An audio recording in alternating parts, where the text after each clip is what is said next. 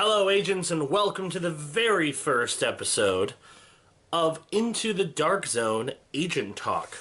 So, Into the Dark Zone is the new banner that I'm going to be using on the BigCTV YouTube channel for any content relating to Tom Clancy's The Division, which I've been very, very much into lately. So, Agent Talk is just basic conversation about Tom Clancy's The Division. So, the game just came out this last week. So I'm going to share my basic thoughts. Now, I'm sure you've checked out all the videos that I've been posting / streaming on Twitch. I've been playing a lot of Division. I think I'm like almost 20 hours into the game, which is pretty good for a game that only came out a few days ago. It's really good.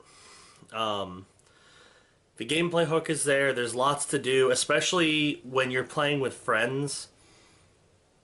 It's really fantastic. It's a very tactical military shooter, but it's first and foremost an RPG. So if you're on the fence about, do I pick up The Division, do I not? If you like tactical decision making, you'll like it. If you enjoy pretty deep RPG elements, you'll like it. If you want the story to be super engaging, it might not be your thing. If you want deathmatch or a lot of hardcore PvP content, it might not be your thing. Although the more I've played of it, the Dark Zone is actually one of my favorite parts of the game. But I think overall it's a pretty solid game. I very much enjoyed it, and it kind of fills that Destiny-shaped hole that I have right now. I mean, for those of you who don't know, I also do a whole bunch of Destiny content on Legends of Destiny as my banner for Destiny content. And there hasn't been anything going on in Destiny in a very long time. I mean, on occasion they'll do a event like Sparrow Racing League or Crimson Doubles, but other than that, I mean, nothing's been going on in Destiny for months now, and it got to the point. I mean, I'm a very hardcore Destiny fan. It got to the point where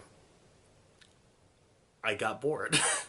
I mean, you can only do the same things so much before you run out of things to do. So I switched over to The Division, and now I have lots of things to do. So at least until Destiny has new content, which who knows how long that's going to be, I am all about The Division, and hopefully I'll be all about The Division long after Destiny does have more content. So Division's a great game. If you were a Destiny player who feels like you've been forsaken by lack of content, I think you'll probably really like The Division too.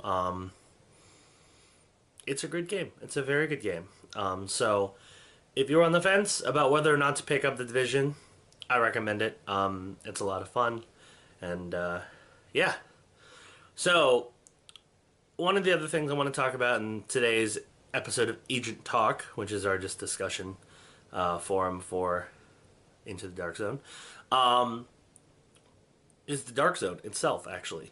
So I know it sounds like kind of a scary place because the Dark Zone is designed as a place for where basically anything can happen. PvP is enabled, so you could go into the Dark Zone and run into another group of players who decide they want to kill you and take your gear. There's AI. There's AI that's a lot higher level than you. I mean, there's all kinds of stuff that can happen. There's contaminated zones. Basically, the Dark Zone takes everything that you learn from the base game of The Division, adds in additional players, and adds, like, backstabbing and betrayal. And it makes for a really interesting gameplay experience. I highly recommend, if you were thinking about going into the Dark Zone, I would wait until you're at least 12 to 15 for your level.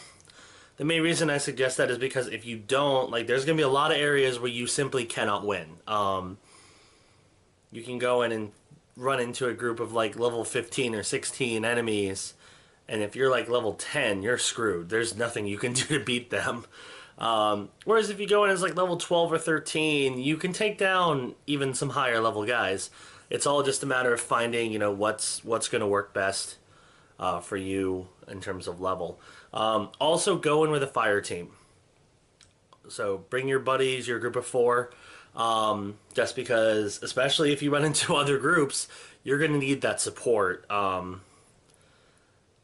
Yeah, because, I mean, going in by yourself is pretty rough, especially because if you run into a group, they'll be much more inclined to backstab one person as opposed to an entire fire team. So keep that in mind. Third, don't be a dick. This should go without saying, but even when you run into other players, a lot of the time they're after the same things you are. They want to get their loot, they want to leave. So let's say one of your teammates dies. Their loot gets dropped on the floor. Now, it's not super clear that that loot belongs to a certain player. The only thing that happens is if somebody else picks it up, it's going to bring a message on the screen that says this person picked up your loot. If you know a teammate has dropped loot, or if you see another player who got killed by AI or something, and they've dropped loot, it's not a bad idea to just leave it alone. That way they get their loot back. Because, I mean, honestly, you'd probably want the same thing to happen to you. If you lose your loot, you want it back. Now, of course, the Dark Zone does give you an option to be a dick if you really want to. If you want to, you know, start an extraction and kill everybody who's trying to extract, you can do that. Might not make any friends, and you might have a hard time getting out of there from that point on, but you can do that if you really want to. So those are some suggestions I have when it comes to going into the Dark Zone. Yeah, so that's my recommendation. Now, it's definitely worth going into the Dark Zone because that's where you're going to get your best loot. I mean, there's a ton of high-level stuff that drops all the time in the Dark Zone. So, definitely check it out. Anyway, that's going to do it for this episode of Into the Dark Zone Agent Talk. I'm Chris, a.k.a. Big C. Thanks for watching. And good luck on your mission, agents.